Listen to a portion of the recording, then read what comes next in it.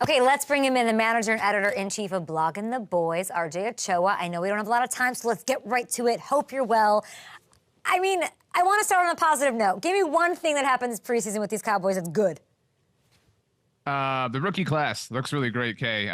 Like one of the better ones the Cowboys have had in some time. And given that last year's looks like a bit of a dud and that they haven't done anything, it is a bit of wind in people's sails. So that is a really positive thing. But there are other avenues of team building that the Cowboys seem comfortable ignoring. Trey Lance, should we just get there? Not a great thing. You feel bad for him. I appreciate the empathy and compassion. Yeah, I mean, I don't think anybody, is enjoying this. And I think everybody acknowledges that Trey certainly needs opportunities. And I think that he's an example of maybe how the NFL can partner with some of these spring leagues or things like that. But it does highlight how this trade was illogical for the Cowboys specifically, as far as their team, as far as their needs, and how he didn't have the time. Remember, they traded for him at the end of the preseason last year. So he didn't even get last year's, exhibition games to kind of work with things.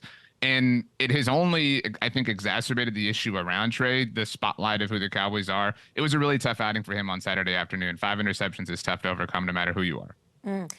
When it comes to CeeDee, we're not in training camp anymore. We are back.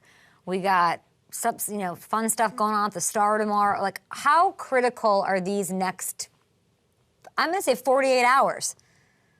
I mean, they're paramount, but there have been all sorts of reports, right? There were reports that we're going to talk over the weekend. It's Monday and nothing has been consummated yet. It's impossible to be this incompetent, but somehow we're here. I mean, anywhere you look, the verbiage is, this is simple. This is copy and paste. I mean, the reality of the situation is this has been botched to the highest degree. I mean, it is difficult to mess this up this badly. It's somehow, some way the Cowboys are here, and they're literally watching themselves do the same exact thing in parallel with it all with Micah Parsons, all while Dak Prescott waves in the wind as well. It is a stunning level of roster and salary cap mismanagement, but the deal will probably get done, I would guess, at some point in time, and everybody will act like that was the perfect plan all along. And so you can't even you can't even put your phone down, can you, RJ? You're just waiting, that's what your life is the next week.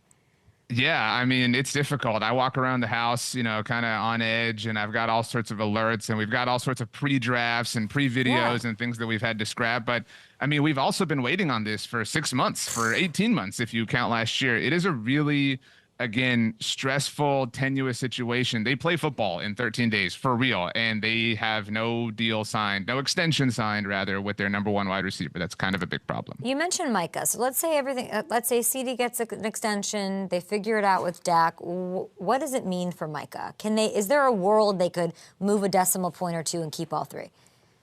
Yeah, I think that's a lot of worlds. I mean, it's very, very possible that they can keep all three. It's just a matter of how willing they are to roll their sleeves up and act like an NFL front office. I mean, look, this morning ESPN released sack projections for this year, which is an interesting thing. And Micah is projected to lead the league in sacks. He doesn't have a Defensive Player of the Year award on his mantle. And I mean, maybe this is the year, right? So now all of a sudden you're negotiating with a guy with an enormous, enormously large more amount of leverage than he has ever had. It's, again, you would think that it would behoove them to learn a lesson, but they could totally keep all three. They just, they have a history of this. It isn't just CeeDee and Dak and Micah now. It's Des Bryant, it's DeMarcus Lawrence, it's Dak Prescott in the past. They just love to wait for whatever reason you think, whether it is incompetence or whether it is enjoying the spotlight that it provides. Deron Bland injury to add to it. I know you have to go, but tell me this, given all this, is this a 10-win team? Yeah, I mean, this is a team that has won 12 games 3 years in a row, despite the fact that nobody wants to give Mike McCarthy any semblance of credit for that. And the Deron Bland injury is devastating. There's no doubt about that. And it's unfortunate that we still have to wait even longer to see him play opposite of Trayvon Diggs. But the Cowboys, I mentioned the rookie class, have a fifth-round rookie in Kalen Carson out of Wake Forest, who has really impressed. And if there's one position group on the team that I think they can survive things for a little bit, it's probably in the secondary in terms of surviving a loss.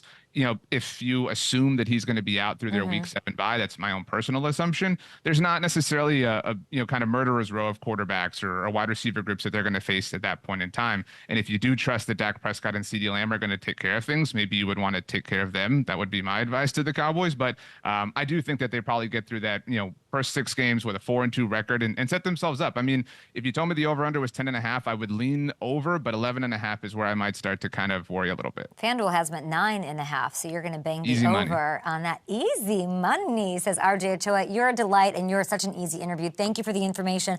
I hope more positivity comes your way so you can unplug your phone and enjoy the kickoff to the NFL season. RJ Ochoa, check out all of his stuff at Blogging the Boys.